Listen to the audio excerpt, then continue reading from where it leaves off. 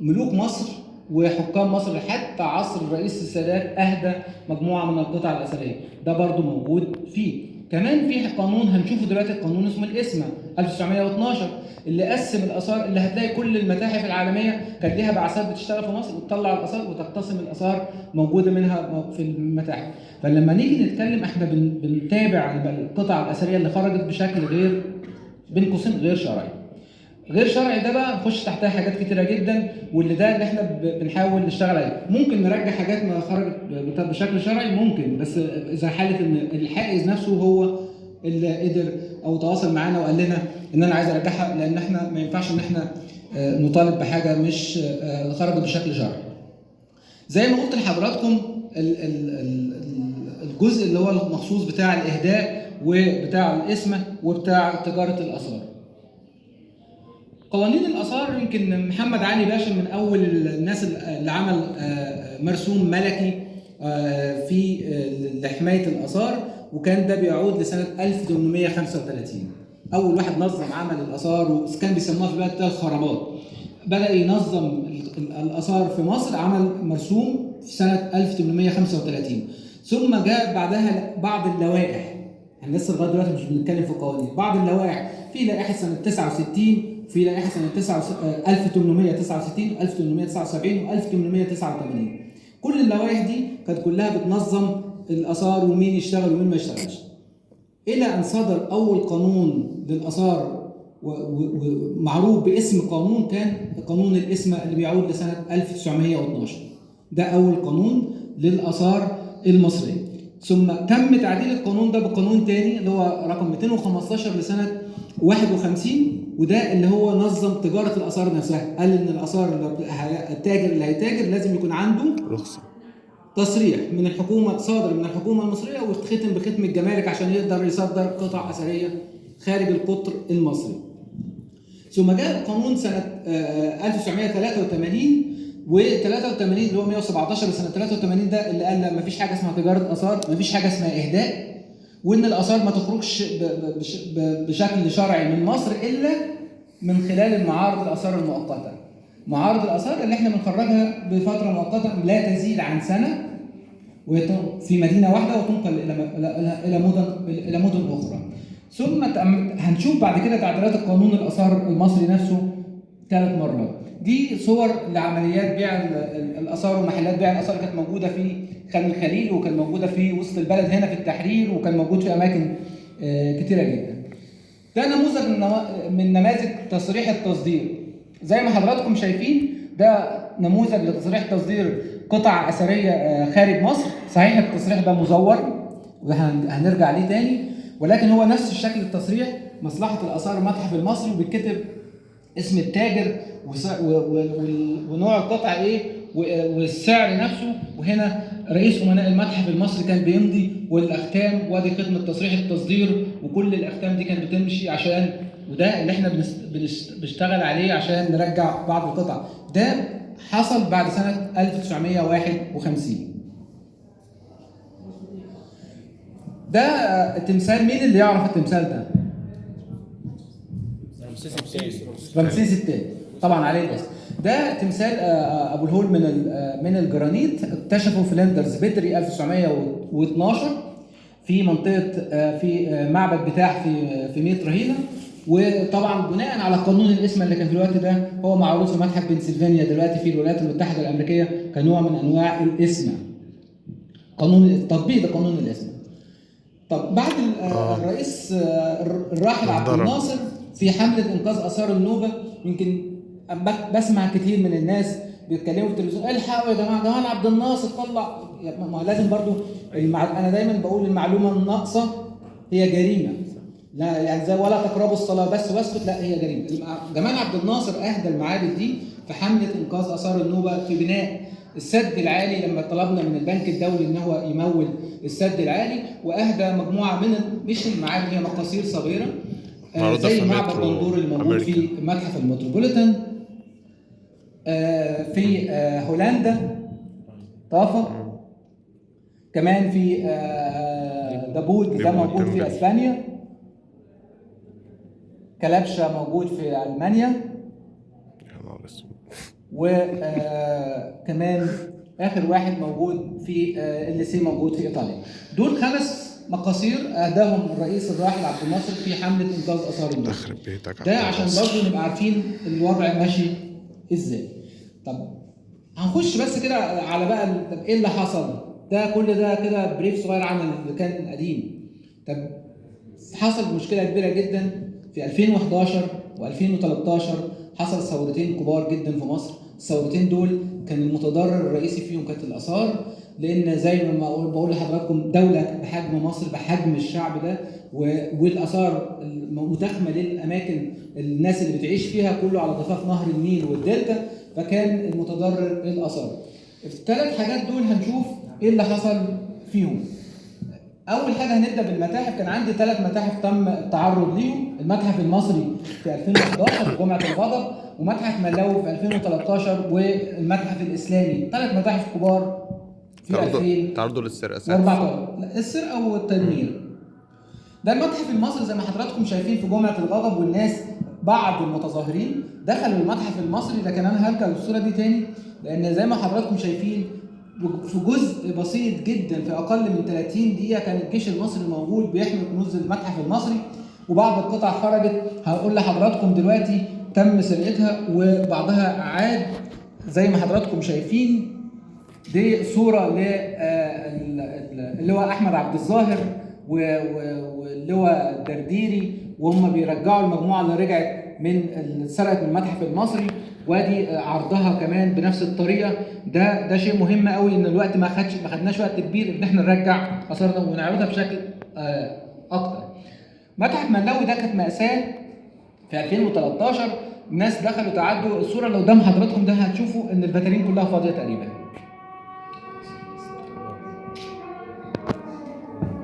مأساوي في متحف ملاوي.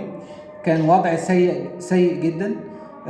قطع كتيرة جدا فقدت وبعضها دمر، ولكن زي ما حتى كمان بعض السجلات تم حرقها. وده اللي دفعنا ان احنا دلوقتي سجلاتنا كلها ديجيتال، عشان يبقى عندنا وعندنا كمان لازم عندنا كمان اكتر من كوبي للحاجات دي، عشان دايما لما بتحصل اي كوارث بتعلمك دروس، والدروس دي بتخليك تتنبه للي بيحصل في المستقبل. ده متحف ملاوي بعد ما تم عودة القطع الأثرية تقريبا 90% منها عاد، والعرض أفضل بكتير من اللي كان قبل كده. دايما بقول هم بيشتغلوا في الضلمة واحنا بنشتغل في النور. هم بيحاولوا يدمروا واحنا بنرجع. هم بيسرقوا واحنا بنخلي آثارنا مش عايزينها تتعرض، احنا كمان بنعرضها وبنعرضها بشكل أفضل. ده متحف ملاوي يمكن شايفين العرض أفضل من 100 مرة من اللي كان قبل كده. كمان متحف الفن الاسلامي كان حصل فيه زي ما حضراتكم شايفين في قنبله اتحطت قدام مديريه الامن في مديريه امن القاهره، دمرت جزء من واجهه المتحف، ولكن الحمد لله المرممين المصريين قدروا يرمموا الواجهه، وبالتعاون الدولي مع الامارات ومع ايطاليا قدرنا نرجع واجهه المتحف والقطع الاثريه اللي تم تدميرها. وزي ما حضراتكم شايفين ده العرض الجديد بتاع المتحف الفن الاسلامي. اعتقد انه كان افضل مما سبق. زي ما بقول لحضراتكم دايما فكره ان احنا بنقدر نرجع حاجتنا بسرعه. نخش على المناطق الاثريه كمان. المناطق الاثريه اتعرضت معظمها من اسوان لحد القاهره ولحد اسكندريه. النقط الحمراء اللي حضراتكم شايفينها دي كلها تعرضت لعمليات اللي هو الإليسيت ديجنج او الحفر غير الشرعي. هنشوف بسرعه برضو. دي منطقه ابو سير الملك، دي اللي رجع منها التابوت بتاع نجم عنت التابوت الذهب. دي كلها المنطقه زي ما حضراتكم شايفين كلها تعرضت في الفتره من 2011 و2000 لحد 2014 لعمليات نهب. زي ما حضراتكم شايفين كل الحفر اللي موجوده دي هي عمليات كانت بيتم نهب الاثار منها. برضو نفس الحكايه على زي ما حضراتكم شايفين كل النقط دي عمليات حفر غير شرعي حصلت في المناطق الاثريه. كمان منطقه اثار دهشور، ابو سير الملك تاني، وزي ما حضراتكم شايفين التوابيت. هنا منطقه اثار سقاره، وكان من السهل ان انت كمان بايديك بس تقدر تطلع قطع مقابر وتقدر تشوف ان انت اللي فيها ايه. دي عمليات في منطقه اثار سقاره. منطقه اسوان والنوبه كمان في قبه الهواء الاهالي طلعوا 6 مقابر. ال6 مقابر دول زي ما حضراتكم شايفين دي الادوات اللي كانوا بيستعملوها. ولما طلعوا الادوات، لما طلعوا ال6 مقابر دول طبعا كان بيتم تدمير بعض الاجزاء. هو الناس الفرق ما بين الحفر الغير الشرعي غير ان هو بيسرق، هو ما بيعتمدش على طريقه يعني احترافيه للاثريين زي ما بيشتغل طريقه طبقات وتسجيل كل اللوقه الاثريه والكلام ده. هو دايما بيحاول يوصل للحاجه اللي سهل ان هو يقدر يوصل ليها، فبيدمر بعض المعلومات الاثريه. دي زي ما حضراتكم شايفين ده احد البيوت، وفي التوبيت اللي كانوا مطلعينها من المقابر دي، ولكن في خلال شهرين بالظبط الجزء ده رجع والمقابر دي شغاله. كمان الحفر غير الشرعي في تحت البيوت، وده من المشكلات الكبيره جدا، لان الدستور والقانون المصري بيمنع ان احنا نقدر ندخل بيت واحد ونقول له انت بتعمل ايه، غير لما مثلا حد يبلغ عنه او تحصل لازم تاخد اجراءات، لان ده حمايه للملكيه الخاصه ومحدش يقدر يدخل فيها. زي ما حضراتكم شايفين ادي البيت والمروحه موجوده، هو عامل دريلنج ده حفر الجزء ده في منطقه نزله السمان، وبيحصل موجود كمان في كل المناطق اللي عندها بيوت متاخمه للمناطق الاثريه. كمان صالات المزادات الفتره دي اشتغلت بقى شغل كبير جدا، لان كان السوق او المصدر اللي يطلع القطع الاثريه كان كبير، فاشتغلت شغل كبير جدا على الموضوع ده، اللي خلانا نتنبه ان احنا لازم نقف ونعمل حاجه. نقف نعمل حاجه ده كان كتير ناس عماله تهاجم وناس عماله تهاجم، احنا كنا ساكتين ما بنردش عشان حاجه واحده بس، عشان انت دايما لازم تكون عامل استراتيجيه معينه تشتغل عليها، وتبدا الاستراتيجيه بتاعتك دي لما تبدا تحط البوينتس بتاعتها والاعمده بتاعتها تقدر تشوف انت نجحت ولا لا. هتشوف انت نجحت ولا لا لما تشوف ان العدد مضطرد اللي انت ربنا بيوفقك وتنجح فيه وترجعه، ده بيخلي التجربه نفسها تجربه ناجحه. دي زي ما حضراتكم شايفين خريطه العالم اللي فين الاثار المصريه متواجده فين، ايه السوق اللي مطلوب، كله في الدول اوروبا والولايات المتحده الامريكيه. طبعا في بلاد ثانيه بس ده السوق الاكبر. كمان وسائل التواصل الاجتماعي زي ما بقت مسرح لكل الجرائم، كل الجرائم اللي في الكون بقت مسرح دلوقتي موجوده دلوقتي على السوشيال ميديا. كمان كان جرائم الاثار موجوده على السوشيال ميديا على الفيسبوك وعلى انستجرام وغيره، ولكن برضو ده احنا عملنا استراتيجيه نشتغل من خلاله، بنقدر ان احنا نوصل من خلالها، هنشوف الحاجات اللي احنا ربنا وفقنا وقدرنا نرجعها من خلال المواقع دي الاستراتيجيه اللي احنا بدانا نعملها في 2016 رغم الصخب الكبير جدا والناس وكنا مقدرين جدا ان الشعب المصري ساير والشعب المصري غيران على اثاره، ولكن ليس كل ما يعرف يقال. احيانا بتشتغل مش لازم تتكلم غير لما تخلي النتائج نفسها هي اللي تتكلم. دي العناصر اللي قامت عليها الاستراتيجيه، ازاي نبني ليجل فريم ورك اللي هو ازاي اساس قانوني قوي، ازاي نعمل تعاون دولي قوي مع كل الدول سواء كانت دول اسواق او دول ممر. كمان ازاي نعمل حمايه للمواقع والمتاحف الاثريه، ننشئ داتابيز للقطع المسروقه والقطع اللي احنا بنرجعها. كمان ازاي نتعاون مع رجال انفاذ القانون، عندنا شرطه متخصصه في مباحث الاثار وشرطه السياحه والاثار، عندنا وحده تعاون دولي في مكتب النائب العام بنشتغل معاها دايركت على طول في كل حاجه، والتعاون الدولي وزاره التعاون الدولي ووزاره العدل. كمان لازم نعمل ان احنا يكون عندنا بنيه اساسيه للناس ازاي نقدر نشتغل، وهنشوف الكلام ده. التريننج وده عملناه ما لا يكاد يمر شهر او شهرين لما يكون في تريننج لكل العناصر اللي بيشتغل في الموضوع ده. التكنولوجيا الحديثه وازاي نقدر نستعملها ونقدر نستفيد منها. كمان البابليك اويرنس زي المحاضره اللي حضراتكم موجودين فيها دلوقتي، ده من ضمن التوعيه ان احنا بنقول للناس يا جماعه شوفوا احنا بنعمل ايه.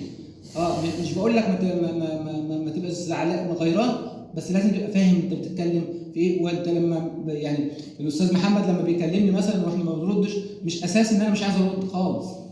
يعني الاستاذ محمد من ضمن الناس اللي حقيقي بجد، يعني هو بيعتمد لما انا بكلمه، لما بيكلمني واقول له لا مش هينفع ننشر ده خلاص هو بيلتزم. دي رساله الصحافه كمان رسالتها مهمه جدا في الموضوع ده. رساله مهمه ان انا اقدر يعني المعلومات احيانا صحيح في حريه تداول المعلومات، ولكن في معلومات معينه ما ينفعش انك تتداول فيها حفاظا على سريه الاجراءات اللي بتتم عليها، وان انت تنجح في اللي انت بتعمله. قوانين الاثار زي ما احنا شفناها، احنا عملنا 3 تعديلات لقانون الاثار. التعديل الاول في 2010 وده غلظ العقوبات، وصلت للمؤبد و10 مليون جنيه غرامه. ثم عملنا، انا كان ليا الشرف ان انا قدمت التعديلين دول في 2018 و2020. التعديلين دول قانون، عشان تقدر تعدل قانون في فترات زمنيه قصيره ده صعب جدا في بلد كبيره زي مصر. بالاجراءات، انك تمشي بالاجراءات وتقدم من يطلع من اداره للوزير، والوزير يبعته للحكومه، والحكومه تناقشه وتعتمده، وبعدين يروح البرلمان. يعني اللجان في الموضوع طويل جدا. فلكن احنا قدرنا ده بناء على حاجات قابلناها فيه واحنا بنحاول نرجع الاثار بتاعتنا، قدرنا نعدل فيه حاجات. طبعا في حاجات برضو مش من خلال استرداد الاثار، لكن قدرنا برضو، كان من ضمن ده التعديلات اللي احنا اشتغلنا عليها. في تعديلات كتير مش هدوش دماغكم بيها يعني، بس عشان ايه نخش بقى على شيء مهم قوي، وده من ضمن الحاجات اللي يمكن من مكاسب ثوره يناير. دستور 2014 اللي استفتى عليه الشعب المصري في 2014 كان فيه لاول مره 3 مواد بيتكلموا عن الاثار المصريه، الماده 47، الماده 49، والماده 50. يهمني قوي ان انا اقول لكم ان من الماده دي بالذات، الماده 49 كانت بتتكلم عن ان تلزم الدوله باسترداد ما استولي عليه على الاثار، يعني منها كما يحظر اهداء الاثار واعتداء عليها جريمه لا تسقط بالتقادم. يعني كمان ده منصوص عليه في الدستور المصري اللي هو ابو القوانين المصريه كلها. مش ممكن تعديل سنه 20 اللي حضرتك عملته بس نعرف التعديل الخاص بالمعارض الخارجيه؟ لا، التعديل ما كانش فيه تعديل معانا. لا، التعديل اللي اتعمل كان فيه تعديلين. تعديل ان لو جريمه اثار حصلت داخل مصر او خارج مصر نقدر نعاقب الشخص نفسه. صحيح ان انا ممكن اعاقبه ازاي وهو في بلد تاني، بس انا ممكن لو انا مجرد خد حكم هنا عندي في مصر اقدر هرد على حضرتك حاجه، اقدر ان انا ابلغ الانتربول بيه. التعديل الثاني كان جريمه، لو حضراتكم فاكرين ان في احد السياح طلع الهرم معاه واحده اجنبيه وعمل فعل فاضح فوق الهرم، وكان ده من ضمن التعديل ان خلاص بقى في جريمه انك تخش منطقه اثريه بدون في وقت في غير مواعيد العمل الرسميه، وكمان لو اقترن بفعل فاضح تبقى تعاقب، بتبقى جنايه. فده التعديلين اللي اتعملوا، ما كانش فيهم موضوع المعارضه. اي حضرتك؟ خلي الأسئلة في الآخر أحسن. نعم؟ حاضر. اللي بعدها؟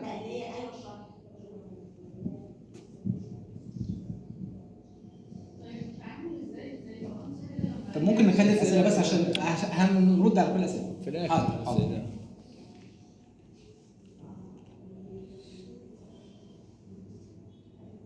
طيب خلاص، بدأنا كمان ده الجزء الاساسي في عمليات الجزء القانوني، وازاي ان احنا بنعمل غطاء قانوني ده محلي كويس قوي. لان انت لما بتطلع بره اول حاجه بيسالك فيها لما بتروح في استرداد اي قطعه يقول لك طب انت قانونك بيحرم، بيمنع، بيجرم؟ لا. طب انت خدت، يعني بيسموها كده يو دو يور هوم ورك ولا لا؟ انت عملت الواجب بتاعك. احنا الواجب بتاعنا كنا لازم نقوي القوانين بتاعتنا. القوانين المصريه دلوقتي هي من اقوى القوانين.